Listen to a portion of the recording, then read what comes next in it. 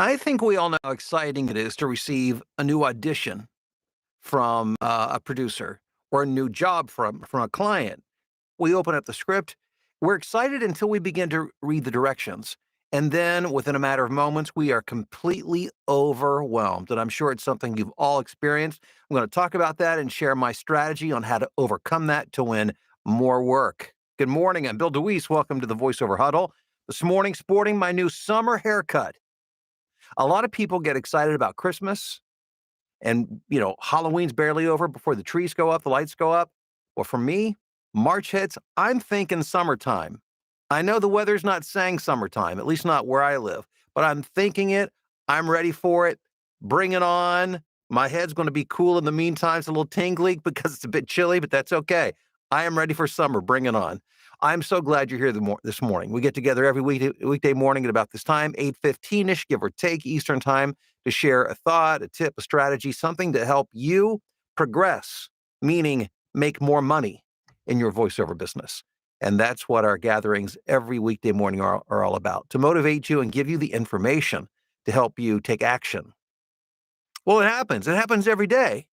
I mean, who has not received an audition where you're so excited and you open up the email and you begin reading and you dig into the directions and you find out that it's a short novel because there are 25 adjectives describing all the different things, ways that you should read this, 10 actor voice references, 5 YouTube video references. So by the time you go and reference and listen to all of this and read through all of this, you are completely confused. Do you feel me on this? Have you been there?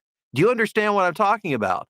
I remember early on in my career, I felt so obligated to try to meet every possible expectation of a client or a producer that I would do vocal gymnastics and gyrations just to try to make sure that I fit every conflicting adjective into that read. And you know what? It made it really hard for me to book work because I had no clue where I was going.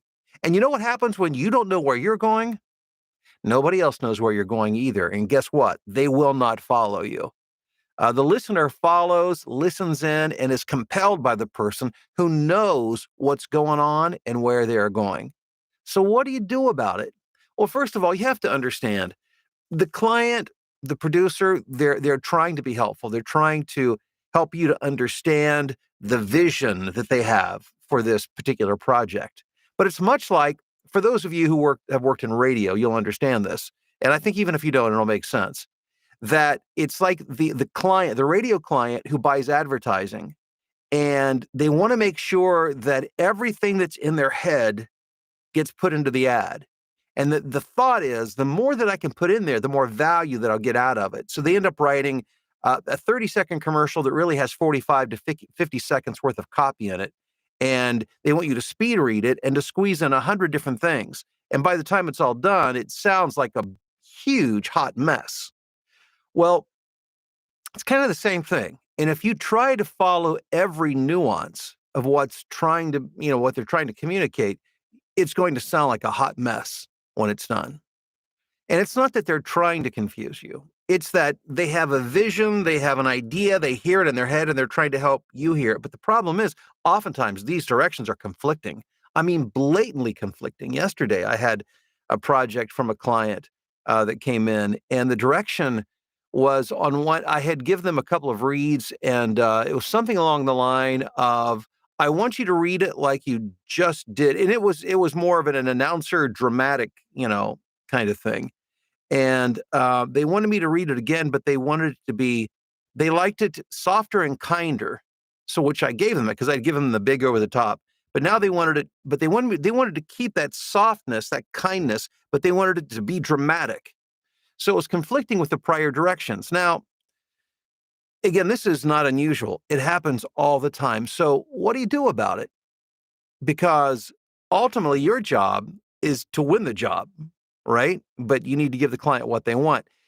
The client oftentimes can't describe it very well. Secondly, sometimes the client don't really know what they want until they hear it. How many times has a client said, "Well, this is what I want," and in the end, they hire somebody, gives them something completely different because when they heard it, it was like, "Oh yeah, I like that instead." So how do you have your best chance? How do you position yourself in a way, best opportunity to win the job or to make your client happy? Well, here's what I do. I'll take a look through the directions to see if I can get some general higher level view of what the client has in mind. And then I ditch it. I throw it to the side. I look at the script and I ask myself, what is it that you see, Bill? What do you see? What do you hear? Look at the context. What's the story? What's going on? How do I fit into it based on my point of view, my personality? How does it make me feel? And when I began to ask those questions, I began to win more work because now I'm not speaking from a point of confusion where I'm not sure exactly what I'm doing and I'm trying to meet every possible expectation that I think that this director has for me. But it's an honest and genuine read reflecting my own point of view, my own attitude, the way I feel about it. And when you do that, people will believe you. If they believe you, they will follow you. And if they follow you, they will hire you for the job. So when it gets overwhelmingly confusing, conflicting directions, set it to the side, step back and say, ask yourself, what do you see? What do you visualize? What does this look like in its end state? What does it sound like? What's it about? What's your role in this? And how do you feel about it? And then honestly approach it that way. And I assure you, it will dramatically increase your chances of getting hired for the job or ultimately of making your client happy. And you know what? If this is a client that's already hired you for the job and you do it, and it's not what they want, guess what they'll do? They'll let you know. They'll give you more direction to help you further clarify. And if it's an audition, what you could do, here's an idea, here's a thought, give them a couple of takes, one where you ditch the direction and it's all of what you think, and then try to appease them by doing something that you think maybe that they want based on the confusing direction. But I would lead with the one that felt genuine to me because genuineness and authenticity wins pretty much every single time. So that's the way to deal with confusing direction because it is a fact of life when it comes to voiceover. And for those of you who've been at this for any length of time, you know that. It can be maddening, but again, you have to understand they don't always know what they want or aren't able to communicate it clearly or think they're clarifying by giving you way too much information.